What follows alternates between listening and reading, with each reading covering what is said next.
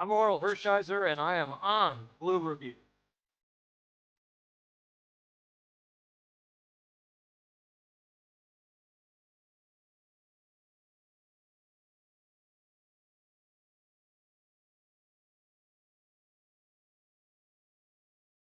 Hey, this is Sean Green. You're watching the Blue Review. Bum, bum, bum, Bam, bum, bum, bam, bum. bam. Ring, ring, Wow. ring. We get extra bendies today. I, Because Greg, I had my because first Greg's sip probably of feeling pretty coffee, good. you know? Oh, either he's feeling really good or he hasn't had his coffee yet. You take your pick. Welcome everybody to the Blue Review presented by LAX. I'm Marcus Grant. That is Greg Bergman. We'll be joined by our pal Bruce Kuntz in just a little bit. But Greg, it's another night without baseball. How are you spending your life now that you've gotten it for a few days? So weird, man. Like it's just it's a good feeling, but also just a like something's missing feeling. I I'm happy to not watch baseball every single night for a little bit, but at the same time, I'm like, what am I supposed to do if I'm not watching baseball every single night? So it's a whole weird. I had a nice I had a dinner with a buddy, and that was fun to do, and then came back home and watched another episode to try to catch up of Love Island. Oh, yeah. Yeah. You got to get to the end. You got to make it all the way through. Gotta Sounded get like, through. basically, based on what you told me a couple days ago, sounds like you're getting close to the end. Getting close. They did karaoke night, so you know where I am. Oh. They did karaoke night. Yeah, you're getting down to it. So Yeah, I will yeah. not spoil anything if social media hasn't spoiled it for you They already. actually no, they haven't surprisingly. Oh, so, good. Yeah. Good. So then I will keep my opinions to myself until you're done. Maybe we'll do a special Love Island review too. Ooh, we one of these should. days on the show. Anyway. That is not what we are here for this morning. What I am going to tell you, though, is that the Blue Review is powered by LAX. The LAX Skylink train is currently in testing, preparing to provide a direct, fast, and free connection to the new rental car center, the airport terminals, and the LA Metro. For more information, visit lawa.org/ESPN. Happy now to be joined by our friend, our occasional contributor, and a guy that you can read over at Dodgers Digest and on his own Substack at Rancho to the Ravine. It is the one and only Bruce Kuntz. Bruce, how are you this morning? I'm doing well. Thank you guys for having me on. Plenty to talk about. I have enjoyed the last couple of years coming on here after the draft to kind of info dump on all the stuff that most people don't have the time or energy to keep up with. But I enjoyed that aspect, so plenty to talk about. Yeah. First of all, I do need to know if you watch Love Island, which I assume you know. No. No, okay. That's totally fine. That's totally fine. What I also want to know is before we when you're going through these prospects.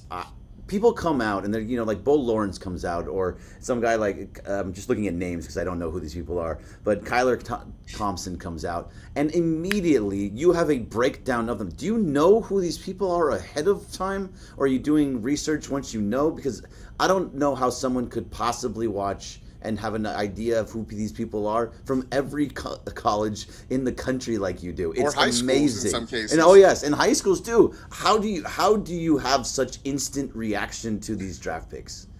Yeah, so honestly, it's a mixture of both, where there's some guys that I've become familiar with through, I obviously broadcasted at Long Beach State for the last couple of years, so there's some guys that I've kind of crossed paths with in college research for the broadcasting side, and I kind of have an understanding of them already. And then there's plenty of guys, too, that as soon as the draft pick happens, I'm just boots on the ground researching right away. I have access to some college data, so really as soon as the Dodgers make a draft pick, if it's not a guy that I'm already familiar with, then I'm just name searching them on my spreadsheet and absorbing the profile that way. And usually it's pretty easy to I like the mystery sort of aspect of it. If as soon as the Dodgers take a guy, I can look him up and kind of look at the profile as if there's something to unlock and understand, what do the Dodgers see here? What tweaks could they kind of be making? And it's pretty easy to quickly understand the highlights of the profile that might have stood out to him. So obviously you've been doing this for a few years now, kind of following these draft picks and following the Dodgers draft. If there was an overarching philosophy, a draft philosophy for the Dodgers, what possibly would that be?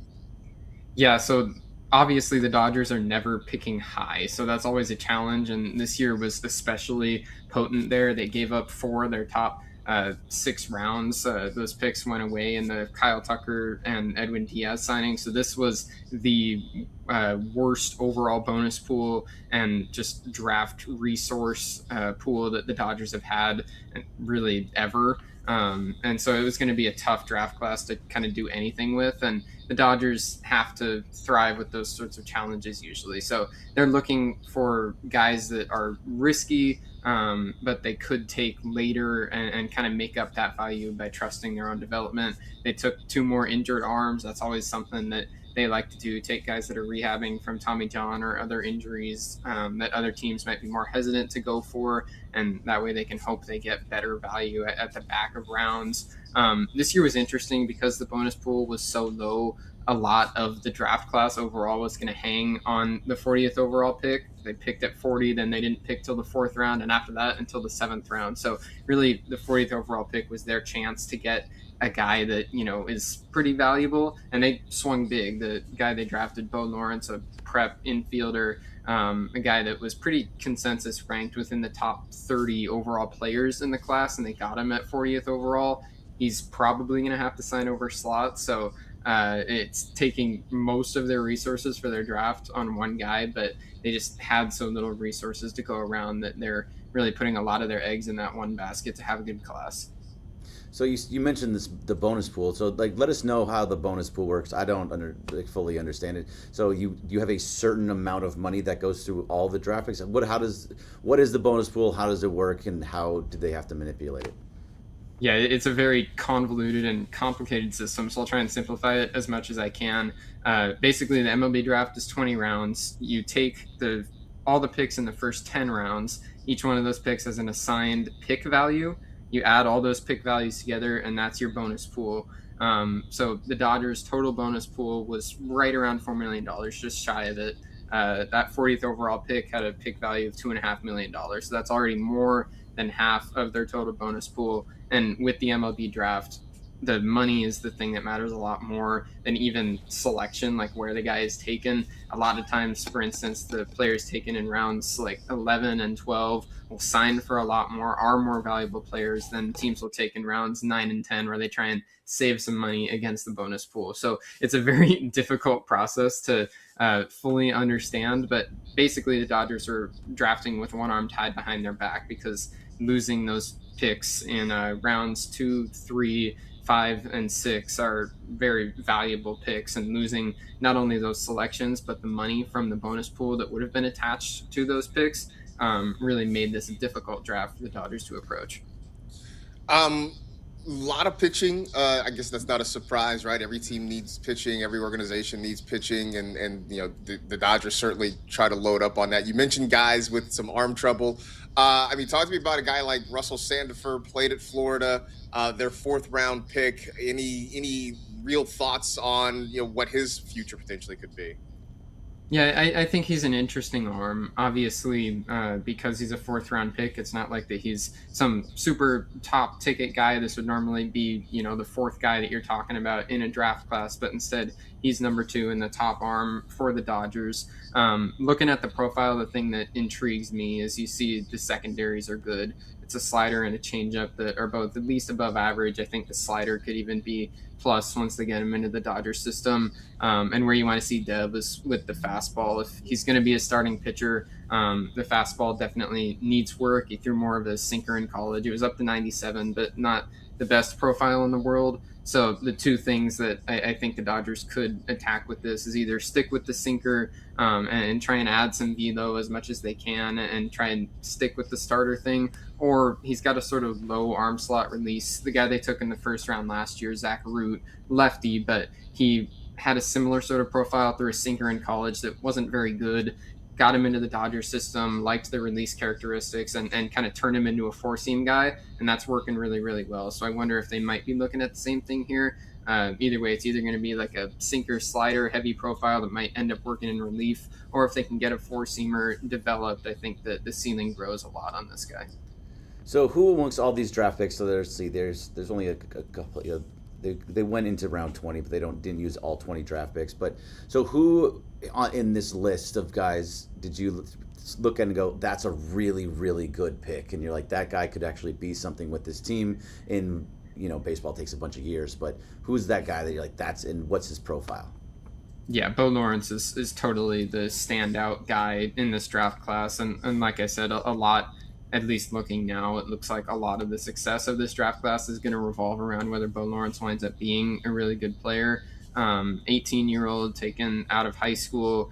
Like I said, he was ranked kind of top 30 among the class by pretty much everybody. He is 6'5", has gotten a lot of Freddie Freeman comps, and the reason that's exciting is not only obviously with the 6'5" frame, he's got a lot of power that he can be expected to grow into, but he's a kind of mature hitter already. He uses all fields. He doesn't have a lot of swing and miss involved in the game, so it's rare to find an 18-year-old kid that has the kind of power projection that he could have, but doesn't have the giant caveat of a ton of swing and miss or those super long levers where you're worried about contact at the top of the zone. Lawrence is a lot more complete of an offensive profile that the Dodgers can hope to build, and eventually maybe even be like an above average hit tool plus a 60 power, and that would be a super valuable player. Probably a third baseman long term. They drafted him as a shortstop. That's the only position that they've talked about, but it's pretty unlikely that he sticks there long term if they even try it out in the pros. Probably a corner infield kind of guy long term, but the bat is what they drafted, and that's the part to be excited about. So real fast, why did he drop so far? If he was projected top 30, why did he go all the way to 40? Yeah, that's with these prep guys, it's never a huge surprise when they wind up dropping, because every organization has their own sort of philosophies about whether they want to take high school talent, especially early in the draft, considering that those guys are the ones that cost the most. There's a lot of teams that with that first round pick prefer to kind of go with a college draft pick that's going to sign at slot value or below it, and save themselves money for the rest of the draft. So with these prep guys, I think when you're making in a vacuum big board, a lot of times they wind up ranking higher on that big board than they wind up being taken. And so the Dodgers really were just willing to go for the guy that might cost a little bit more, even with the super low bonus pool they were already working with. And that's something that I think excites me even more about this pick. There was a full expectation for me when they were on the clock that they were going to be going with a college arm. That was where all the buzz was. That's what I had heard they were looking at. But I think to me it was that they didn't expect Bo Lawrence to still be available at 40, and they saw an opportunity that they just couldn't miss. And obviously that wound up having a cascading effect through the rest of the draft class. They had to be real conservative going with college players that aren't going to cost very much. And that was all because this was their swing big pick of the entire draft. So really the entire class was built around this pick taking up most of the money. 19th round, they take a catcher, Luke Bard. I'm not going to ask you about Bard specifically, but they take a catcher in the 19th this year. Last year, they took a couple of catchers sort of later, one in the 9th, one in the 19th again. A thing we have seen maybe the last couple of years is generally a lack of depth of catching in the organization. I mean, Ben Rortvedt was kind of a fan favorite, but nobody expected him to have a long-term future. Chucky Robinson, a guy who was just kind of a stopgap. Eliezer Afonso has struggled at the plate since he's come up. Is there just a lack of catching prospects in the draft? Why has this been such a tough spot for the Dodgers to fill? I think it's interesting because right now for the Dodgers, obviously you're not drafting based on big league need. You're drafting on trying to fill that depth in the minor league system. But especially in a draft like this, the Dodgers were going to be approaching every single pick just trying to get the best value they possibly could and not necessarily worrying about positional stuff much. If you think big picture, the Dodgers aren't really thinking that they need all that much catching help right now because it seems like they're pretty committed to hanging on to Dalton Rushing, and as long as Will Smith and Dalton Rushing are in the organization, there really isn't a spot for anybody else. That third catcher can be filled by whoever, and it's not really that big a deal. So I don't think that that's a position that they're like super worried about filling the pipeline necessarily. I will say one thing about Luke Bard. He's the son of the Dodger bullpen coach, Josh Bard. So that's kind of the name jumped out when they made that pick. That was a fun one. Yeah, so when it comes to catcher, I know this is moving away from the draft just a little bit, is that, like with the catcher position, we don't know what's going on with Will Smith. There doesn't seem to even be a timeline on him. And there was always people speculate a bunch what's going to happen with Dalton Rushing. You're saying they're going to stay. I think everybody believes they're going to stay too. They may be forced to stay with him this year, especially because you can't move him for Scooble if Will Smith is not available. What do you think the Dodgers do? Do they think they go out and get a catcher at the deadline, or at some point find a way to get Ben Rortvedt back because we don't know what's going on with Will Smith? I don't think it's necessarily necessary, to be honest. I think that the Dodgers are still expecting Will Smith back at some point, and it's definitely worrisome how long this is strung out, Right. and with the lack of updates and seeming confidence of when he's going to be back. That is stuff to be worried about. But I don't think the Dodgers are going to go and part with any kind of significant assets for a backup catcher that, Dalton Rushing is young. He's hungry to be out there all the time. He's really been playing almost every day. Obviously, you're never going to have every single day with a catcher, but I think this is kind of back to Austin Barnes was the backup for a long time with the Dodgers, even when he wasn't producing in a huge way on the field. That backup catcher role just isn't a win versus loss kind of spot on the team. Going to play once or twice a week, and be on the bench most of the time. So I think the Dodgers will stick with the guys in org. If they really need to make an upgrade, they can probably find somebody, a minor league free agent signing, find a waiver claim, something like that to fill a stopgap. I don't think that they'll target anybody that would actually cost prospect talent, though. Because I was going to ask about that, because this is an organization loaded with talent, especially in the outfield. It's hard to read any sort of farm report without seeing what Josue DePaula is up to, Zaire Hope, James Tibbs got off to a really, really great start. I know it's so clogged in the outfield. What are the odds that we do see one or more of these guys move? Maybe not this year, but in the year or two to come. Yeah, I'm expecting the outfield group is not going to look the same on August 2nd. I think that whether it's making a move for the big league roster or if it's trading one of those guys to kind of shuffle the deck in the minor leagues a little bit, moving an outfielder to go maybe get a catcher in the minor league pipeline, go get another arm, something like that. I think the Dodgers are going to find a way to offload some of that outfield talent. It's a luxury to have. Don't get me wrong. They don't undervalue any of those guys. That's not a reason to make this kind of move, but they have so many outfielders right now that I think it would make sense to shuffle the deck a little bit, maybe shore up some of the spots in the farm, like catcher, maybe some infield or pitching that they're a little bit lighter on right now compared to where the outfield is at. But I know that we're probably going to get to this next, but I think that it lines up very well for the Dodgers to go and make a real big splash at the deadline if they want it, and get a guy like Scooble, because they've got so much outfield talent that it isn't really necessary to hang on to every single guy. Yeah, no, we know all those types of names, and we know the James Tibbs gets talked about all the time because he's been playing really, really well. Zaire Hope, Josue DePaula, all those names that Marcus just said. But we don't hear a lot about Mike Sirota until recently. What is going on with him? Does he still have, by the way, is it still going? Is this on-base streak still going? And what is it about him that all of a sudden, is he somebody that can make a difference at the major league level at some point? I'm pretty sure the on-base streak is still going. I was mostly focused on draft stuff over the weekend, but I didn't see that it got broken. It was up to 70 games, which is just crazy. And yeah, absolutely, Mike Sirota has a future at the big league level. I think he's the number 2 guy in the farm system right now. I still have Josue DePaula ahead of him, but Sirota is ridiculously good. A lot of the things that, if there was any aspect of the profile to point out as a concern from last year, some in-zone whiff at the top of the zone on fastballs, he has really done a good job mitigating that this year. He's got a superb eye at the plate, walks a ton. He's got nearly 500 on-base percentage this year, plays a good center field too, which is obviously huge for projecting a profile out, has power. This is a profile that is for sure an everyday big leaguer, potentially a higher ceiling than that. So I think Mike Sirota is the number 2 guy in this system, and as long as he is still with the Dodgers, I think that he's right up there at the top of the totem pole in terms of guys that are going to be fighting for a role these next couple of years. So looking at the big club, right? I mean, that's kind of what this all is aiming toward, right? Everybody's trying to funnel to Los Angeles if possible, and we've talked about the things that they may do, may not do. Where you sit, is there anything the Dodgers need to do to shore up this roster before they make that run into October?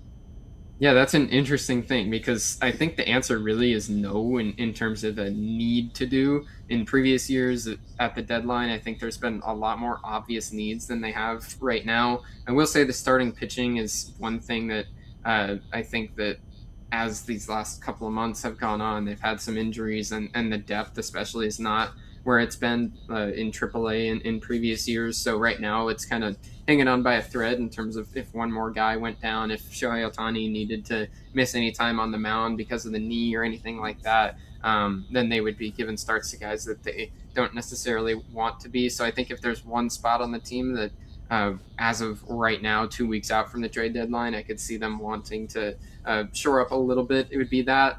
Obviously, the corner outfield production hasn't been great this year, but they're not going to trade for anybody that would take away the at-bats and playing time from either Kyle Tucker or Teoscar Hernandez. So I think those guys are safe. And really the entire offense, unless some other injury happened that was very significant and long-term before the trade deadline, I don't see them making a big move for a starting kind of bat because there just literally is nowhere to plug anybody else into the lineup without taking out either one of those corner outfielders or Tommy Edman. And those guys all, I think the Dodgers feel confident in playing versus having to go and trade prospect talent for somebody else. So that's interesting that you said that the starting pitching depth is what we're looking at, because we're all assuming that both Tyler Glasnow and Blake Snell are just kind of on the mend and going to be just kind of dropped in here at any point, and then your starting rotation is going to look just fine when it gets to October. But so you're saying that by the trade deadline that you would expect a starting pitcher to come in. If it's do you expect them to go full speed ahead towards Skubal, or is there somebody else that you would think they would go for? Because they have Eric Lauer too, who's pitching well, who I think will right. I think it's going to be a big question of how confident the Dodgers feel in Glasnow and Snell getting back healthy, especially like in a timely manner after the trade deadline. I think that there's totally a world where the Dodgers don't make any real big league move at the trade deadline, because any guy that they trade for, obviously you're going to have to account for whose roster spot are they taking if everybody does get healthy. And if everybody is healthy, there really isn't any roster spot to go around on this team. So I think if the Dodgers are worried at all about Snell or Glasnow, that's where I could maybe see a move happening. If not, this could be a deadline that is kind of just a reshuffling of some of that minor league talent. Like I mentioned, they made a trade with Michael Busch a couple of years ago, got Zahir Hope and Jackson Ferris. You could see a move like that happening if they don't want to address the major league roster.